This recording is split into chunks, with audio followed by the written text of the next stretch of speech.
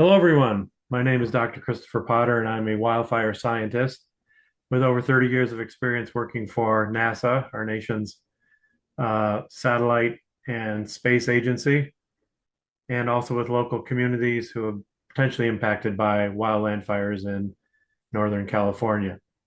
I've studied wildfire on the urban interface using satellite imagery and ground measurements for really all the most destructive fires in the Western U.S. over recent years, and I myself live in a high risk wildfire zone here in Northern California.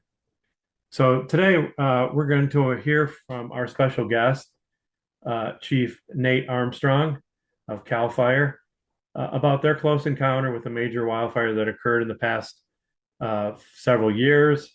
This is not going to be a breaking news report, of course, because this podcast, When Wildfire Comes, is about previous fires, this one occurring about 6 years ago now. But Chief Armstrong is going to recount a lot of their firsthand observations, the way that the fire was responded to, and some of the lessons learned from the CZU complex wildfire. Let me give you a little bit of background on that event.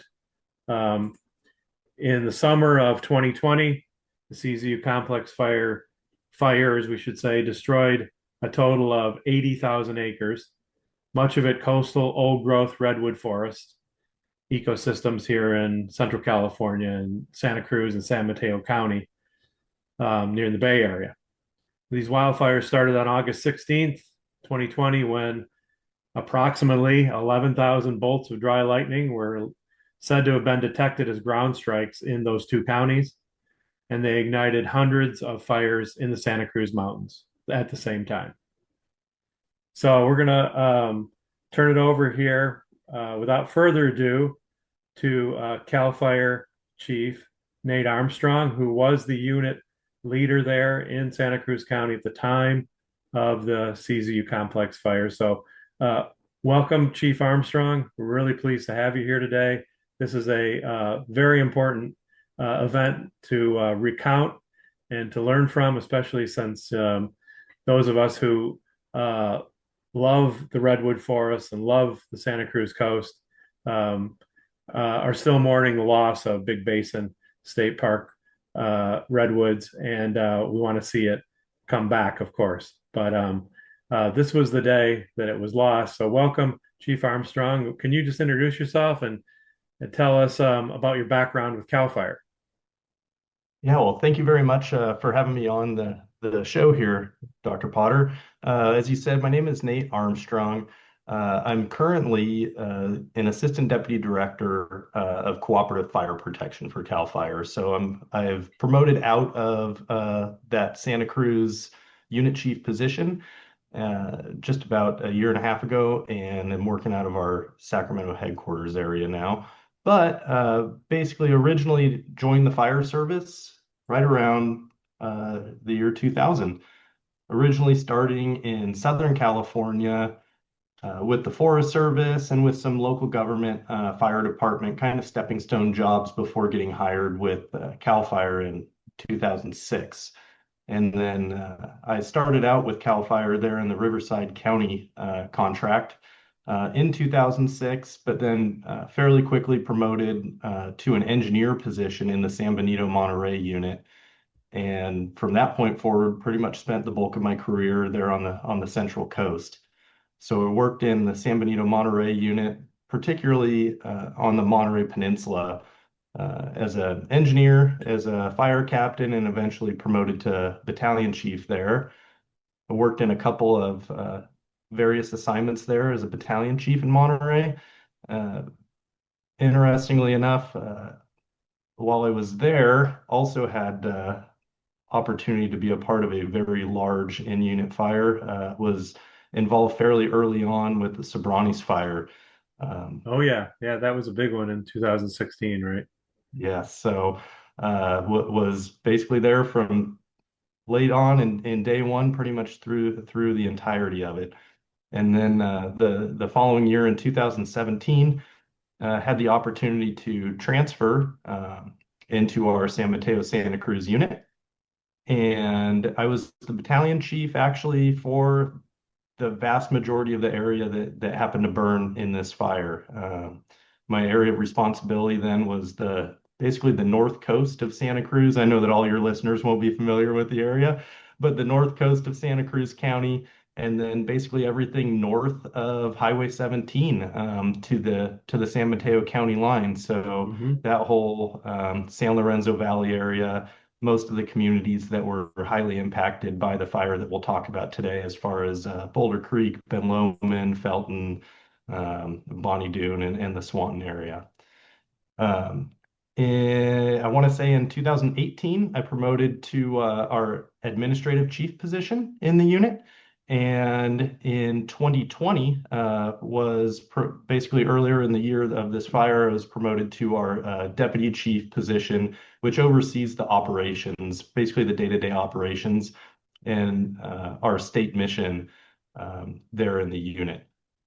Hmm. I worked for Chief Larkin at the time. Chief Larkin was our unit chief, and I know our ranks can be a little confusing to folks at times, but a CAL FIRE unit chief is basically the equivalent of a fire chief, what your local, city or county fire chief would be.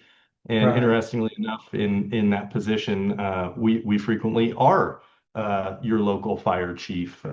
When Chief Larkin retired, I ended up promoting into that position.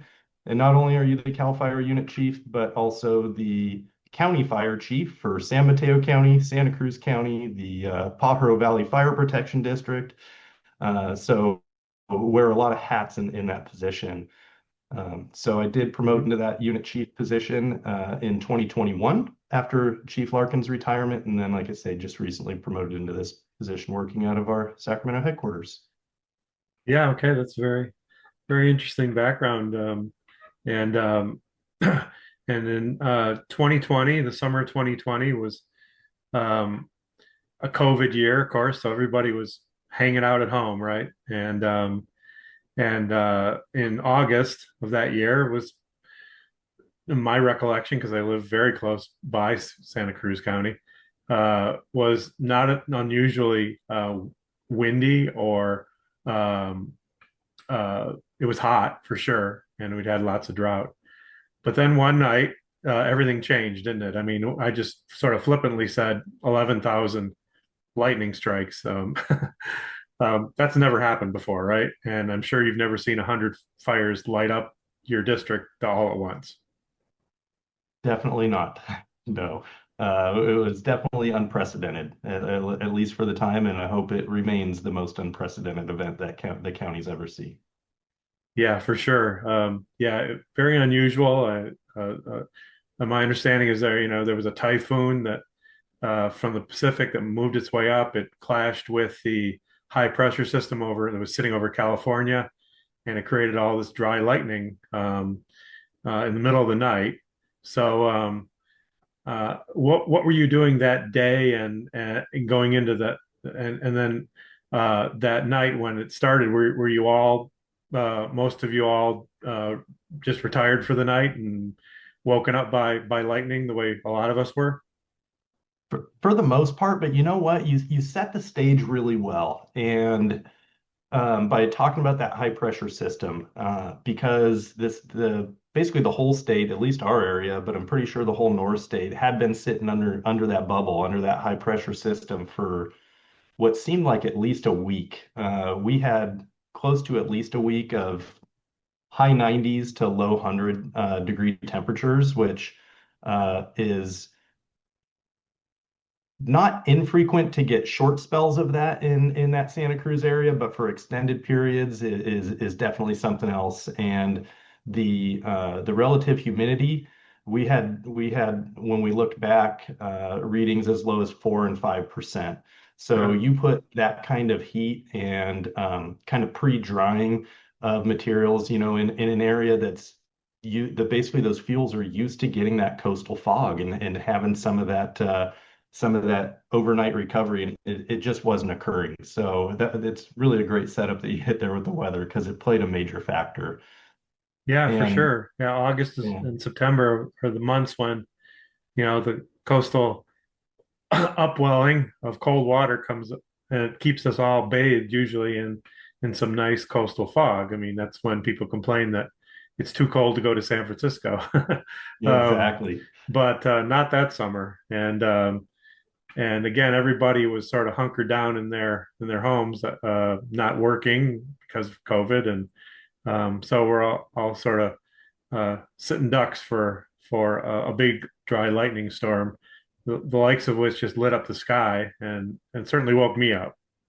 It sure did. Yeah. And you also hit another nail with the mention of COVID, which I'll definitely come back to because it did present its own unique sets of challenges for us throughout this. Right. But Yeah. yeah, getting back to that night, it actually kind of the story for us as responders really starts kind of the day before the lightning, and that is because, as you mentioned, we saw the forecast; it was coming in, and Cal Fire in general, all of our units throughout the state um, do have a lightning plan. We call them LCAs or lightning coordination areas.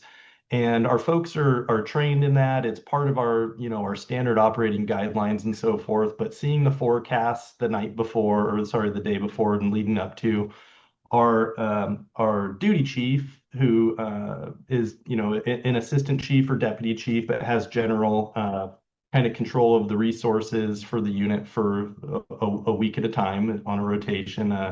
That duty chief did circulate the that lightning plan, made sure everybody was well aware of it, that it was very clear that should we have any events, that's what we would follow. And that was really followed to a T. And I won't go into too much detail on it, but those plans are designed to deal with exactly this kind of event, just in terms of tracking and accountability, because you get so many strikes. We have better tools now than we had then, but you get so many strikes, and we have those reports of the locations to be able to go look. You get so many 911 calls, you could start to confuse this fire from that fire and so forth.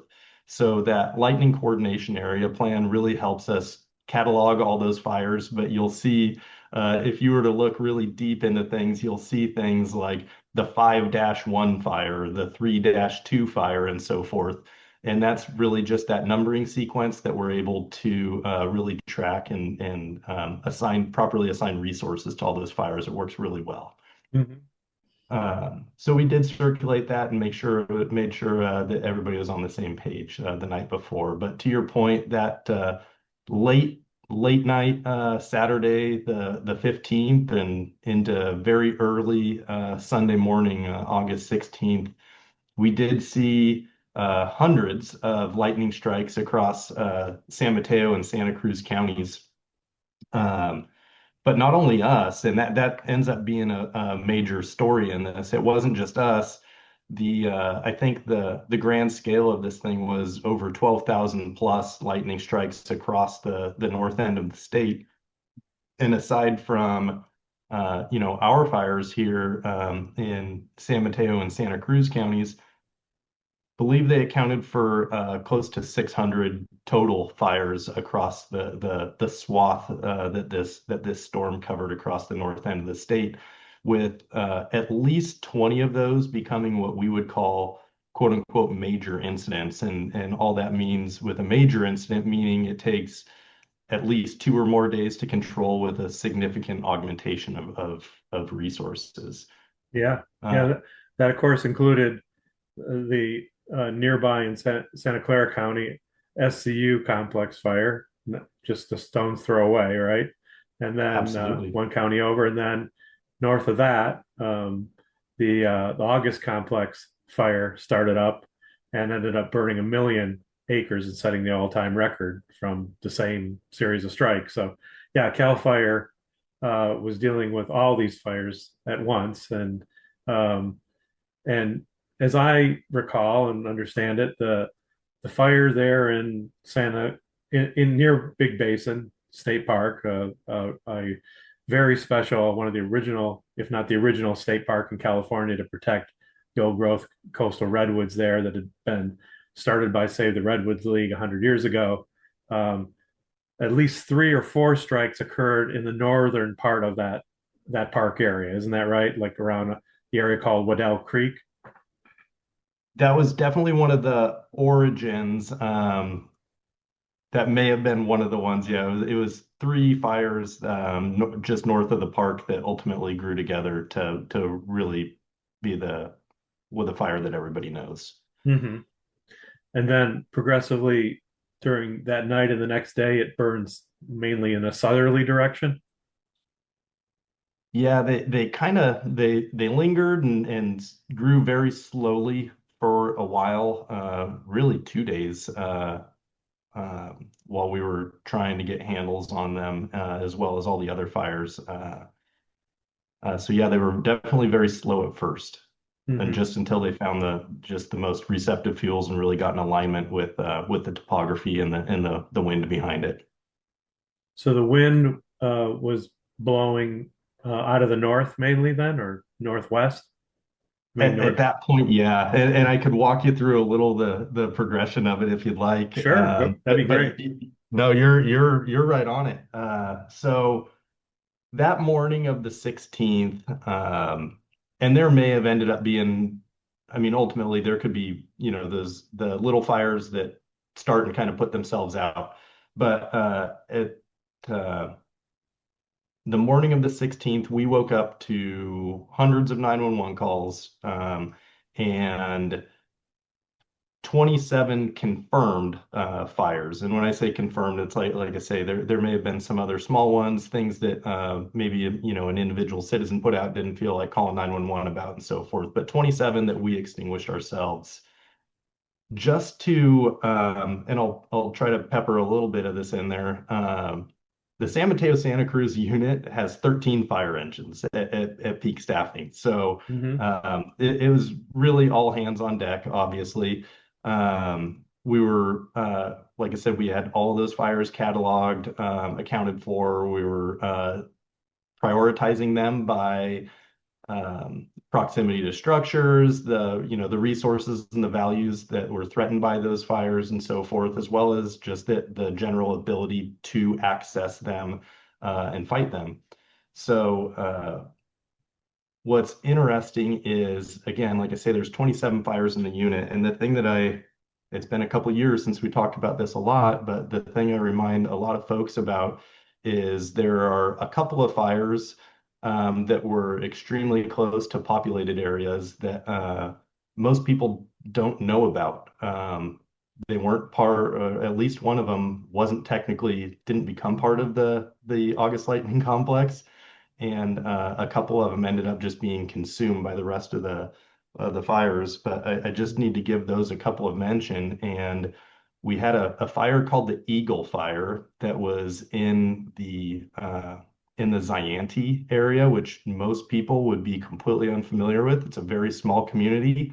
It's also a very extremely dangerous fire threatened community in terms of access and egress for the residents, and it truly had the biggest threat to life and property that morning of August 16th. And frankly, it did draw a lot of our resources, our local resources, and our abilities. So it from the get-go, that stretched us pretty thin. There were also two other fires very close to populated areas.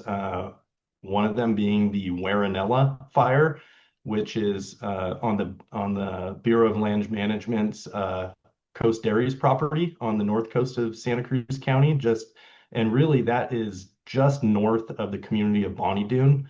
And so that had a truly significant threat that, again, we had to commit a fair amount of resources to.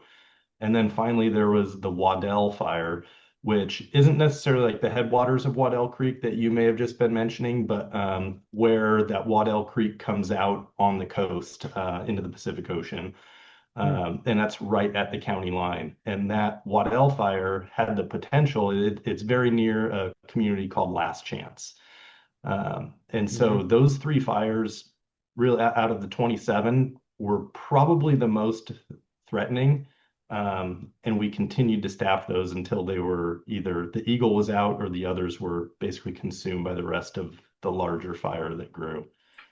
Yeah.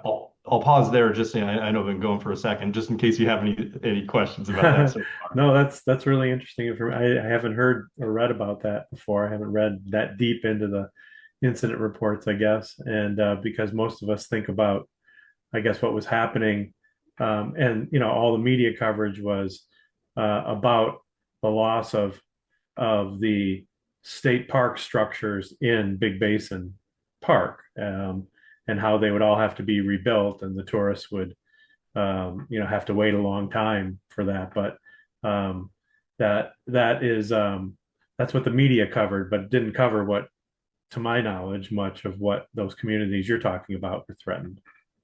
Yeah. So yeah, so the that first day, that August the 16th, like I said, we had this just wrapping our hands or around this whole thing, and it was actually a pretty darn successful day in the grand scheme. Look, at the time, it seemed, at least, because by Monday the 17th, uh, we were down to we had extinguished 20 something of the fires in their entirety. Wow, that's And impressive. Yeah. well, what we had left was the Warinella fire, the Waddell fire, the Eagle fire that we still, continued to mop up. And then we had these three fires left in well, it's called the Santa Cruz Mountains, but they were technically in San Mateo County, just north, like you mentioned, just north of Big Basin State Park. Hmm. And what do you And think was going on with at that point, later in that day or the next night, with that those three fires that were burning north of the park? Were they starting to get into some heavy timber at that point? They started in heavy timber. They truly did. They started in that very deep, you know, ground litter, what we call duff, but Hmm. ground litter, forest floor litter, and they were burning very slow. It's a very slow, very smoky. There's usually a lot of moisture in that ground litter. There obviously wasn't a whole lot at the time, but one of the major reasons that those, like I said, we were hitting these fires in a priority order based on, proximity to structures, to infrastructures, so on and so forth. And I have to pause just real quickly and make sure and make it very clear. I am not dismissing that there were limited structures and homes and so forth in those areas, but it's really a triage process for us. One of the major other challenges for those fires, honestly, was just access. Yeah. Um, Access started out and remained to be a major issue for us throughout the duration of this incident. And it really started with the storm, with that lightning siege that came through. If nobody's ever lived through a lightning siege, you'll find that you also have very strong downdraft winds from those thunder cells. And that turned out to be a lasting impact on us because it blocked a ton of roads from down trees, from down power lines. Those Hmm. roads need to be cleared for us to even be able to access some of these areas. And then long-term impact of that over the next couple of days, with that power being out and impact to phone lines and so forth, impacted our ability to really get evacuation warnings and orders out.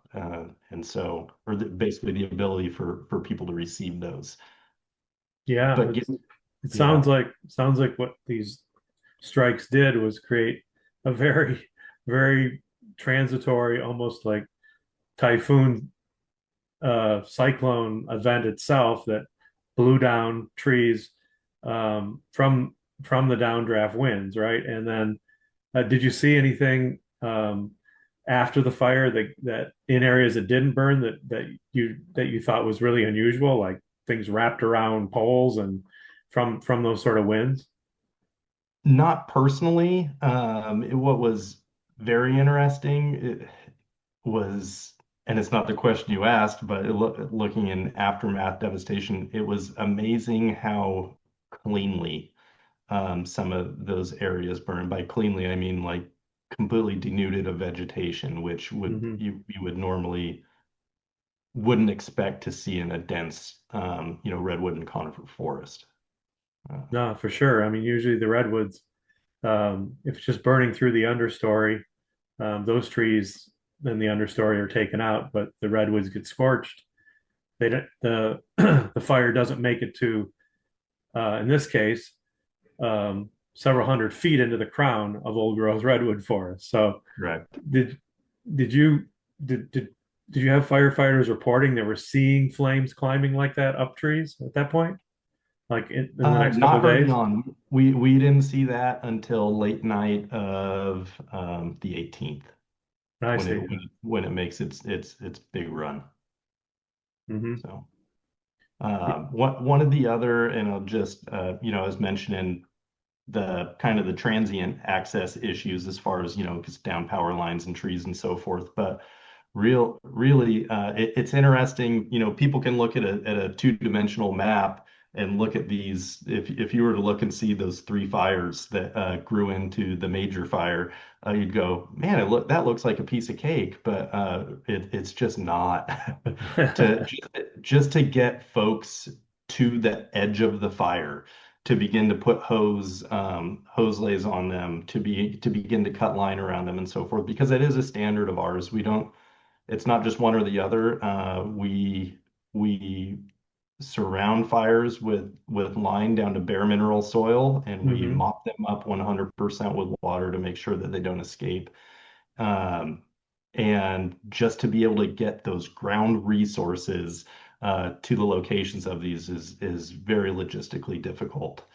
The other thing that makes these fires in particular in those one in basically in a dense forest with heavy tree canopy, and then where they're positioned in drainages, made it a very challenging environment to be effective with firefighting aircraft. Hmm. And I think that's sometimes lost on folks.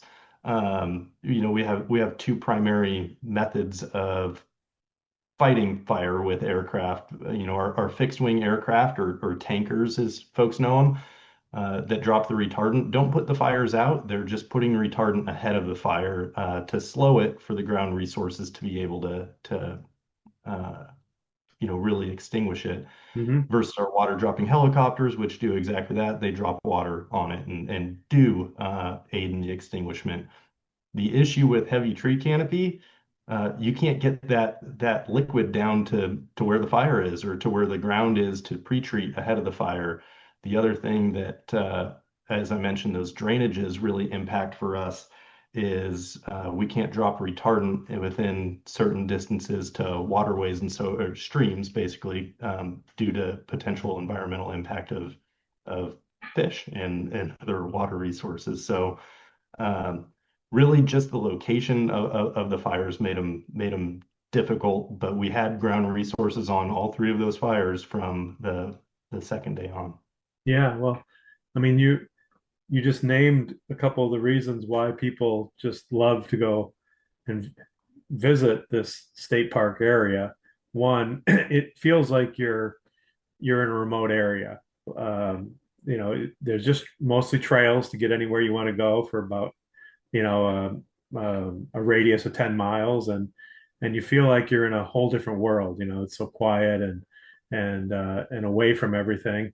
And then the streams are just magnificent streams, that I'm sure do have some spawning fish in them, that are protected. And so, yeah, it's a protected area you are working in, and one of the most Yeah, protected and beloved areas for Californians, who have ever been out hiking in this area. So, yeah, that all those reasons I can see would make it very difficult to get around. I mean, it's not easy just to hike through the park up and yeah, down the trails because they undulate, so much, and there's so many streams, right? You have to navigate to get around. that's right.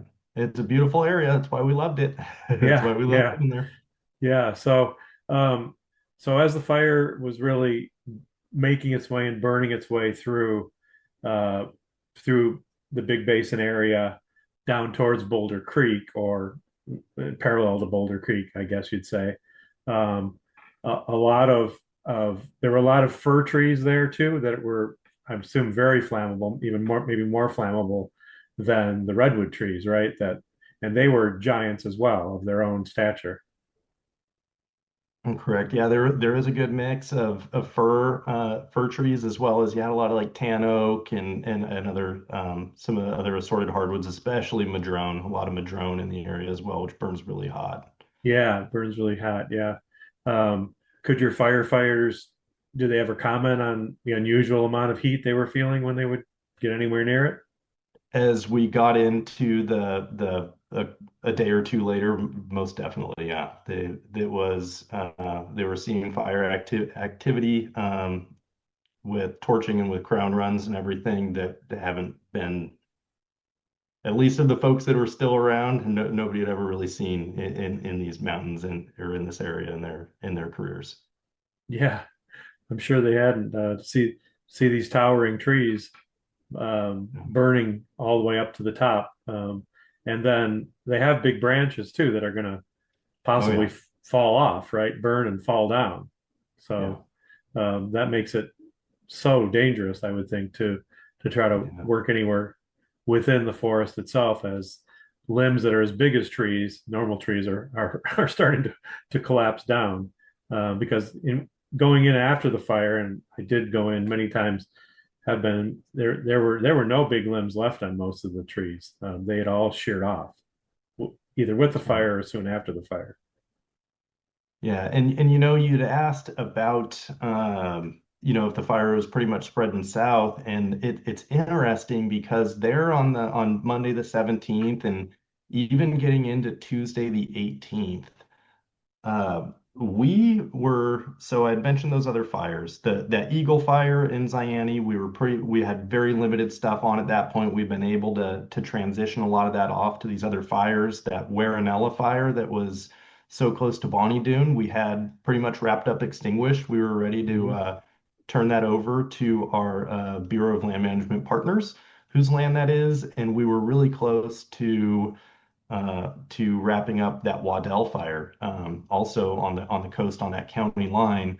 And the reason I bring all this up is we were making great progress and plans were aligned. All those resources were going to shift into these three fires up in the San Mateo County drainages. And I have to go back, and just mention we probably won't talk about San Mateo County a whole lot throughout the rest of this conversation.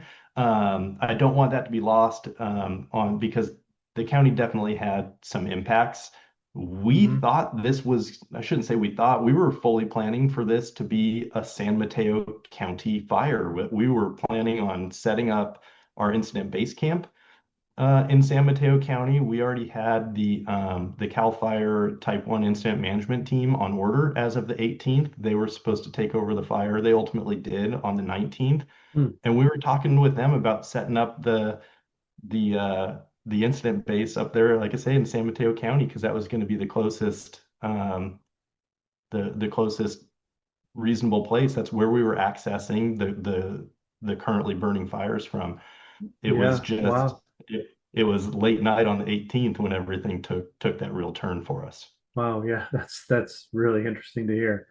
Um, yeah. So I have a couple other questions as we get towards the lessons learned and all. But what else would you like to tell us about how the fire played out and eventually how you all um, managed to contain it and stop it in the end? Sure, I'll try to get through just the what most people know of the fire is really the next 2 days. That's when it really caused a lot of grief and destruction and really lasting impact. So I'll try to move through it as quickly possible as possible. Sorry, while also No, mentioning kind of it's all really good. yeah. I'll hit some more of the. We had some interesting and unique challenges. But as I mentioned, yeah, we felt like we were making good progress. You know, I mentioned the our limited resources at the beginning. I also mentioned you know, the number of fires statewide. And you mentioned, you know, that SCU lightning complex was to the east of us. There was an LNU, which is our Sonoma Lake Napa unit. They had their own lightning complex going in the North Bay. And then there was, as you mentioned, the August Lightning Complex. My whole point of this being just an absolute statewide drawdown of resources.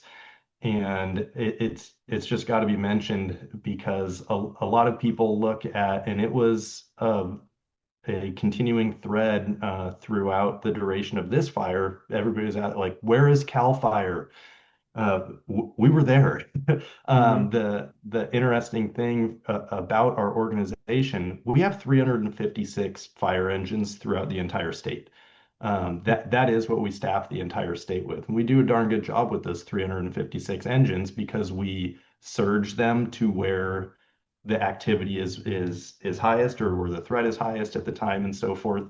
But we're very, very highly reliant on the very robust California mutual aid system with our local government partners.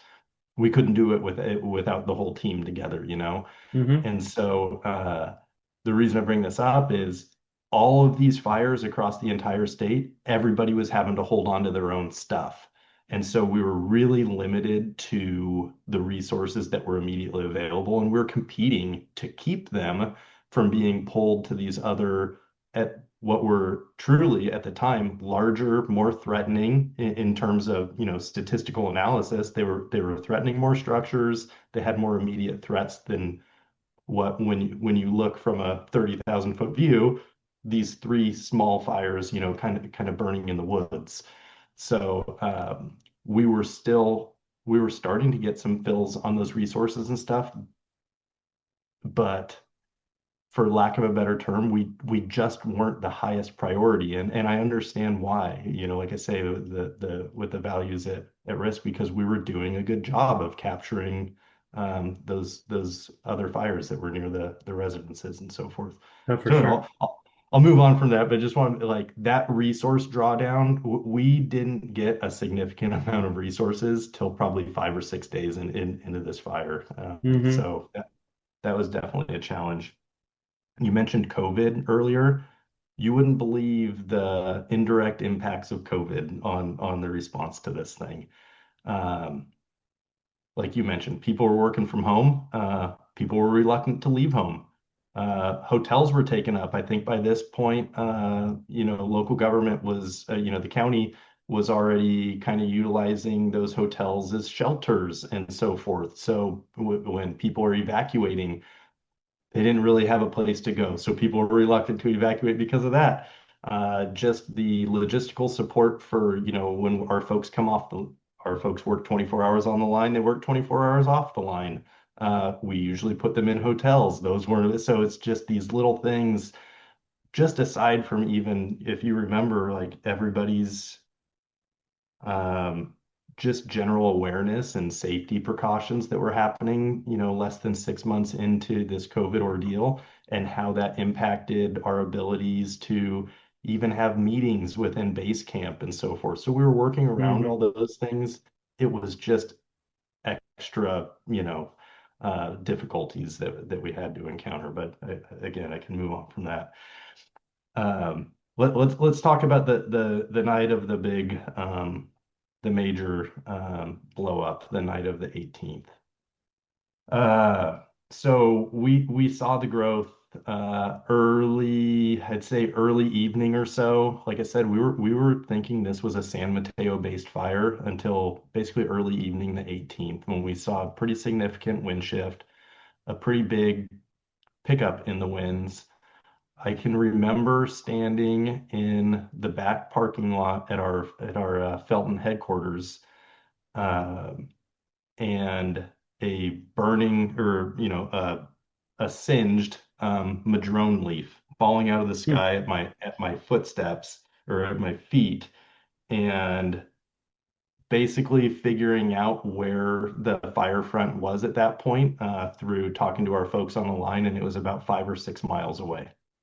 So Yeah, to just show the wind and just that influence that that had, and that was when we really start to see that fire really pick up yeah, and and move. Felton's like smack in the middle of Santa Cruz County, right? So Oh yeah, even in the southern part of Santa Cruz County, it had come a long, long way, and that was I mean, that's an obvious indicator for us that we're going to have big spotting problems. But it also mhm. just went to show the amount of wind that was behind that fire that was growing to the north of us. Yeah, Uh, yeah. The wind's going to carry all that light, very light um, firebrands for quite a distance, and then and one starts the next, and so this progressively happened then through the next couple days. yeah. Well, yeah, we saw those heavy winds for that whole night, and then another spell a couple days later, which was the other major fire growth. So, Hmm. yeah, that night, right around that time that I'm telling you, me having this, leaf fall out of the sky, we started working evacuations in San Mateo County. There were a couple of campgrounds between, I believe, Portola Redwoods and Butano. Now remember, this is summer in the Santa Cruz Mountains. Every campsite is full. I mean, it's an absolute gorgeous place it's great weather usually, lots of hiking and Hmm. trails, as you mentioned, stuff. So everything is full. So we're working with our state parks partners at that point. Big Basin, I don't want to say it wasn't even on the map, but like I say, we were really focusing on the immediate threats there in San Mateo at Butano and Portola Redwoods, but we were starting to look at Big Basin as well. Once it really started to charge south, that became obviously a clear focus for us. Hmm. Um, that Big Basin park was absolutely full. And there's also state parks residents there. The workers have state housing there. And so every single campsite, building, everything was at capacity, is my understanding. There's video of from some of our folks that were out there evacuating the campers and residents and so forth that honestly at the time I wouldn't probably wouldn't watch them again just at the time and knowing that those were my folks that I'm responsible for and so forth, it just made me sick to watch as you hear these propane tanks and trees and everything exploding as our Hmm. folks that were in there to evacuate folks got cut off for a little while because of the fire. It was a pretty harrowing experience in that Big Basin State Park.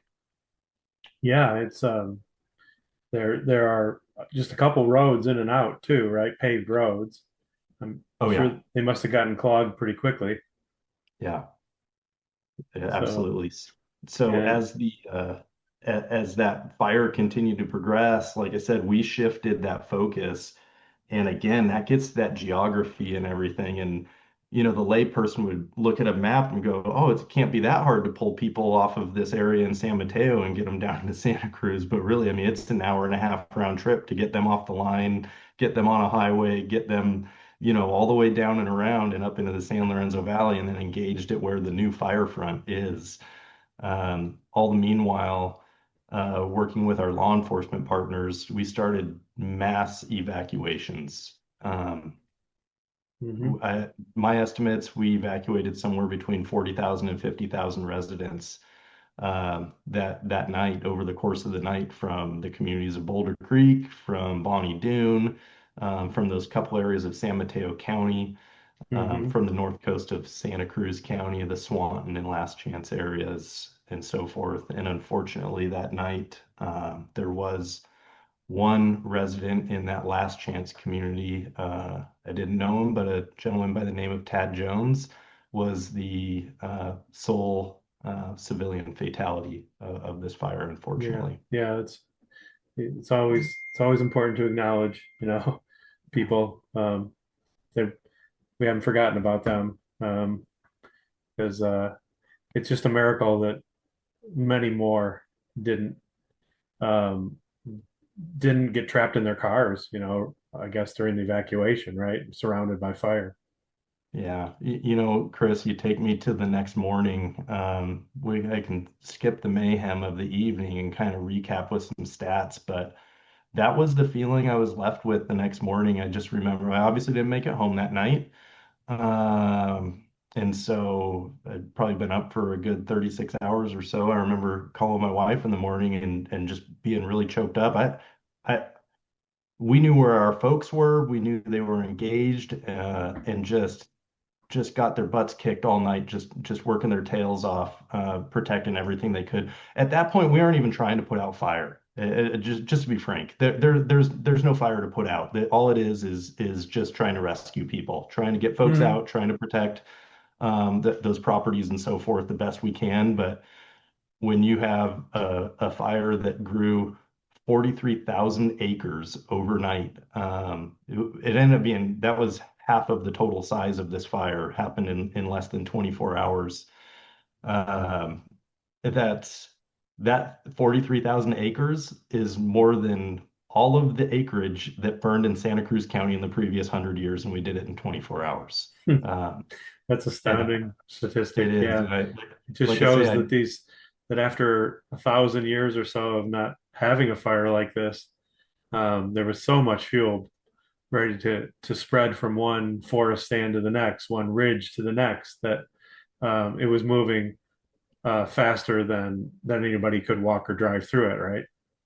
Yeah, absolutely. And that is, you know, you asked about kind of the reasonings why, and so on and so forth.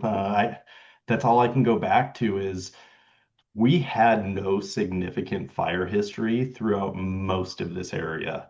And it's an interesting philosophical thing that we sometimes talk about, you know, we're almost ending up in the current fire crisis that we are because we have done such a good job of putting out fires. I Hmm. mean, realistically, you know, our indigenous people before us used to use fire as a tool to clear the land and so forth. Even in Santa Cruz County years ago, you know, they'd log all summer and then light off the ground slash and let it burn until the rain put it out, kind of thing. Hmm. And that just hasn't been done for decades.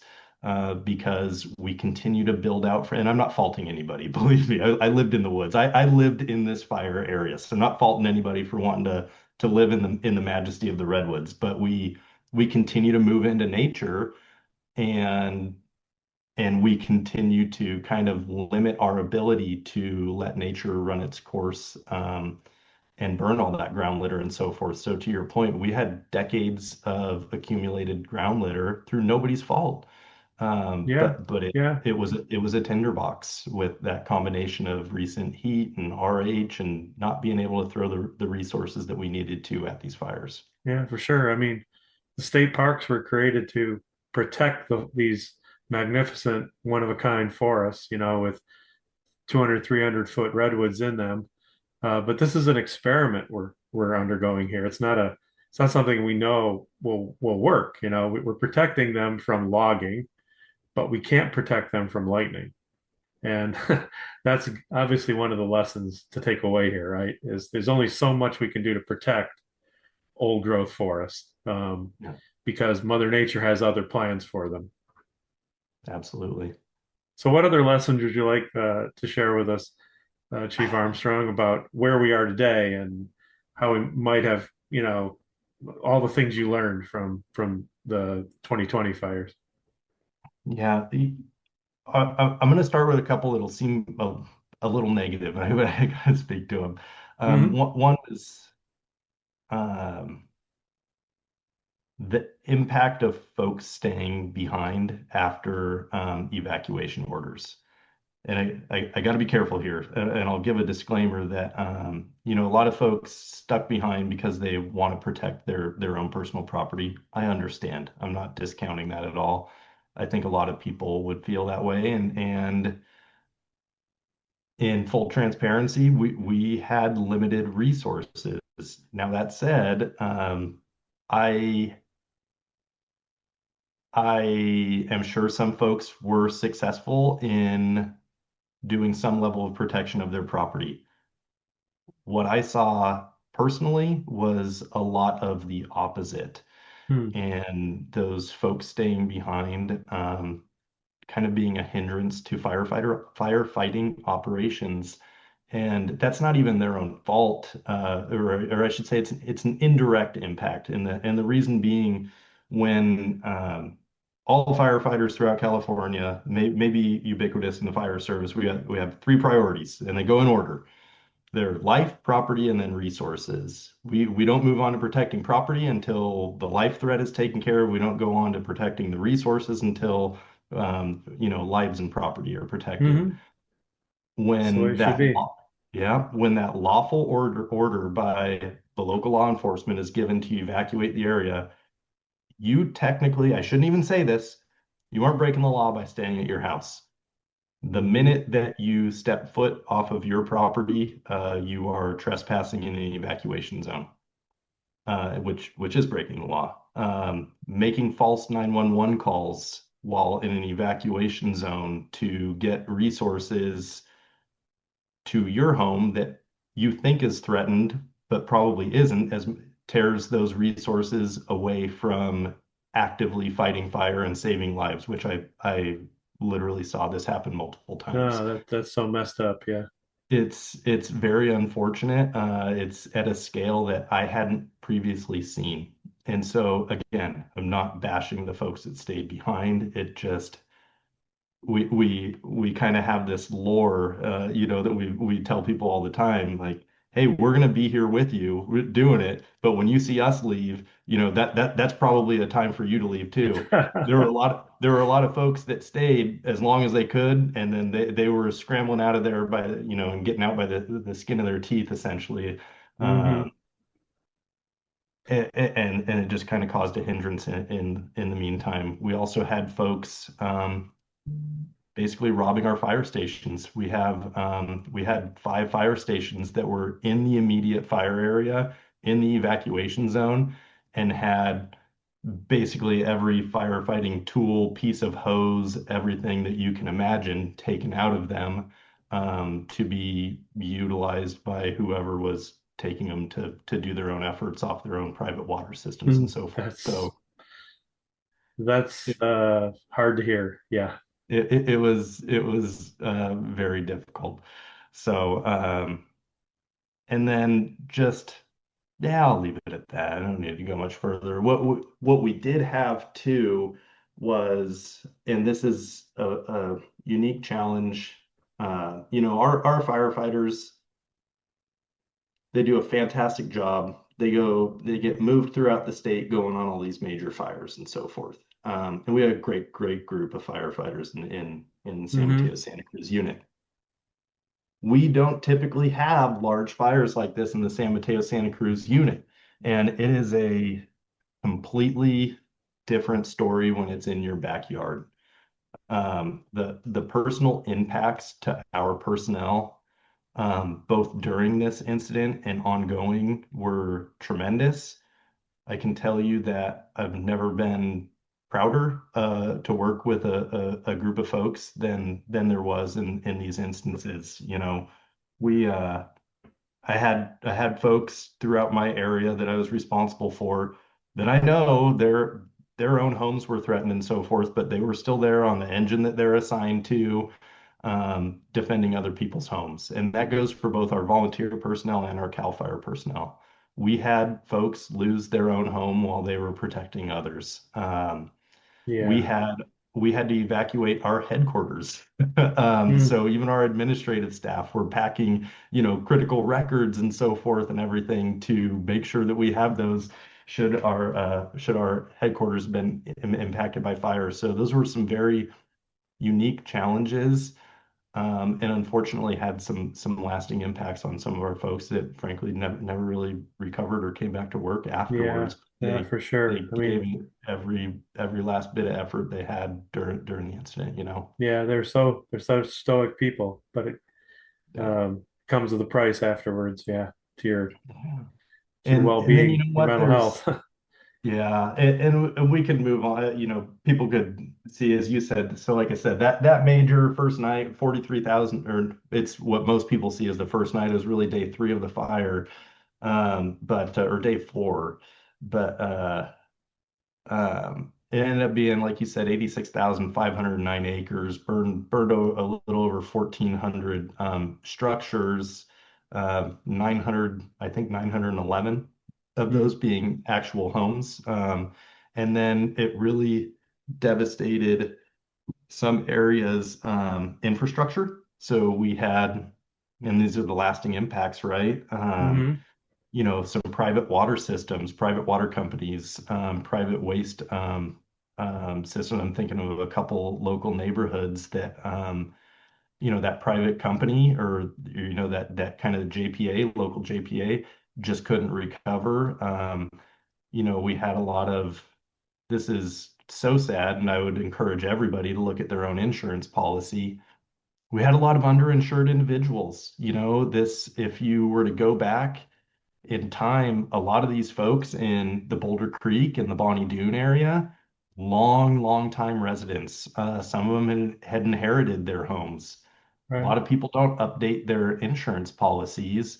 And in that time that they had those, we had seen, or Santa Cruz County had seen this huge influx of, the tech community blowing up in Santa Clara County and moving over into Santa Cruz County, which had driven up home prices, everything. Anyway, my whole point of this, you have these poor folks that lose their home and then come to find out that the cost to rebuild their home versus the amount they were receiving from their insurance wasn't even close.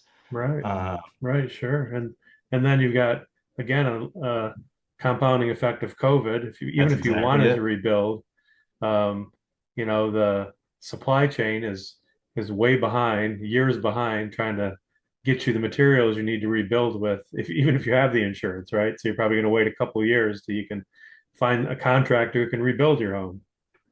That's exactly it. And then double down on that with updated building codes. Hmm Again, a lot of those folks were, that they were never going to be able to rebuild their home to the old standard, and it was again just cost to build the updated standards and the material cost at that time. If you remember, prices of things going crazy during that time. Yeah, absolutely. It would take twice as long to get a new door, a new siding, and that's what you'd want. You'd want those fire resistant materials to rebuild with, and not wood shake Exactly.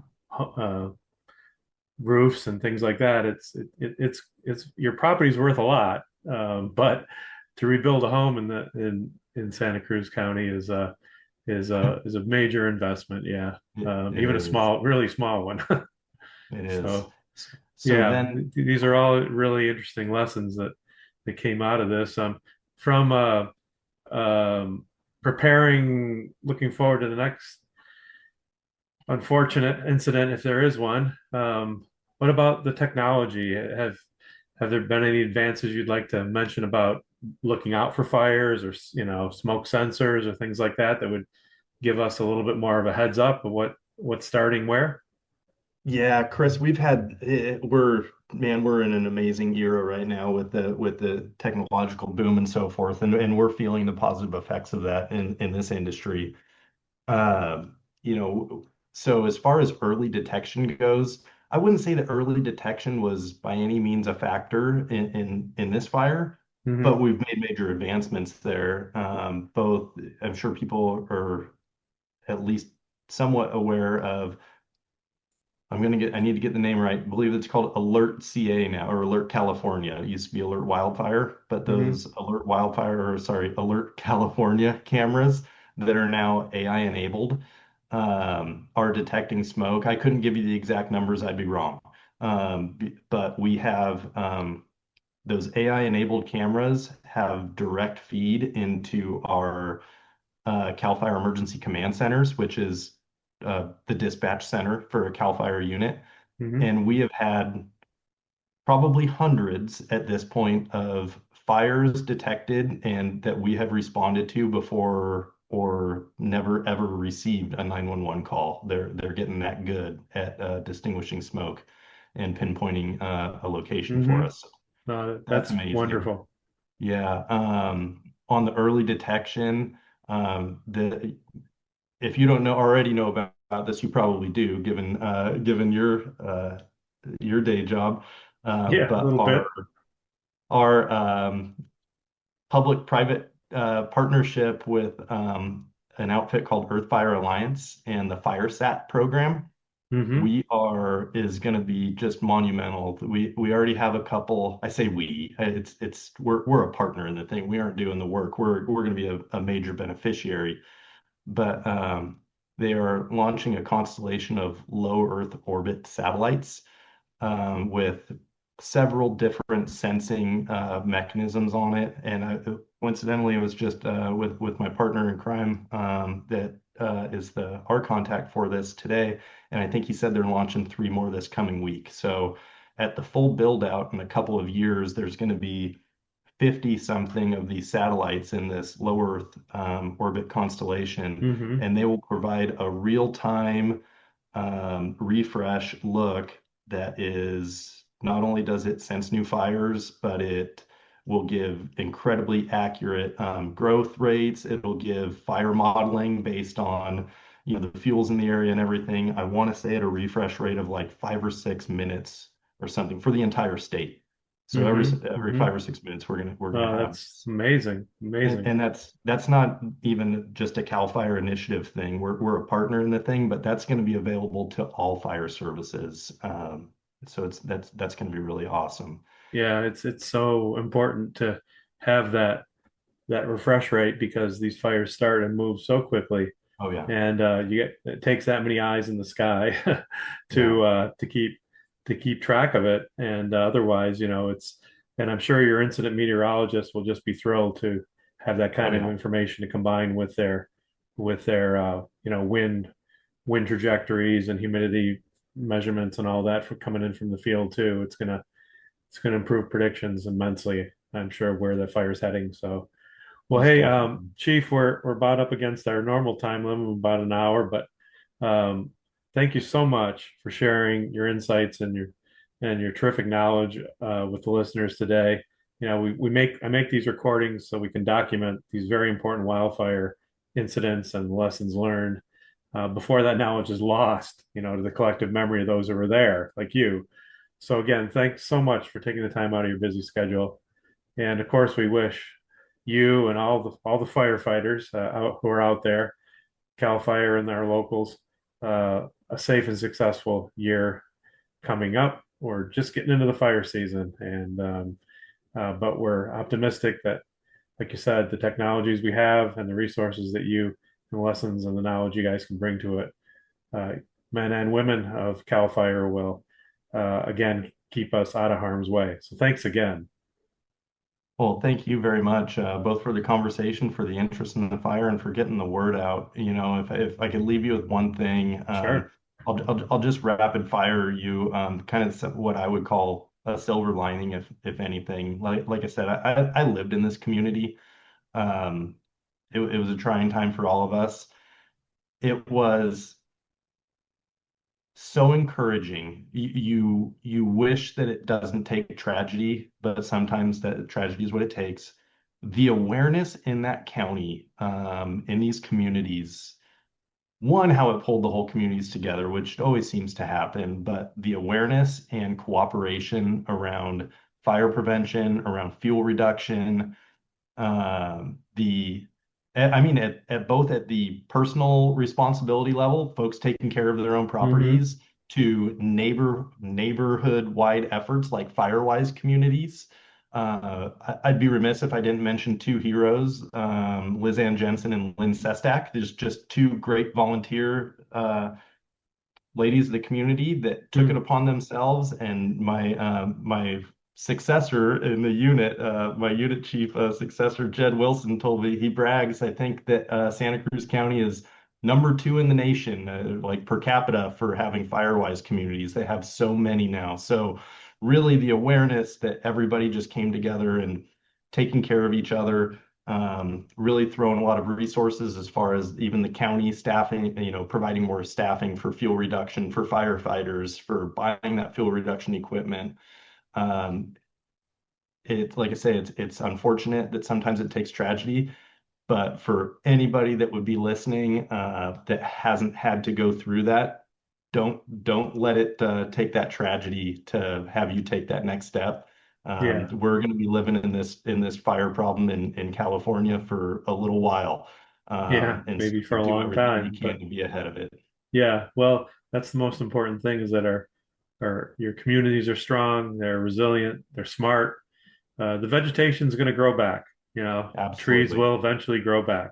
Someday we'll see it all in its magnificent form again. It may take many years, but it'll come back. So, but yeah, we can't let our communities down. And it sounds like they're so much stronger now today than they were before. So, thanks for mentioning absolutely, that. That's great. All right, listeners, that wraps up another episode of When Wildfire Comes. Tell your friends about us and check back regularly for new editions here. And thanks again to you, Chief Armstrong. Stay safe.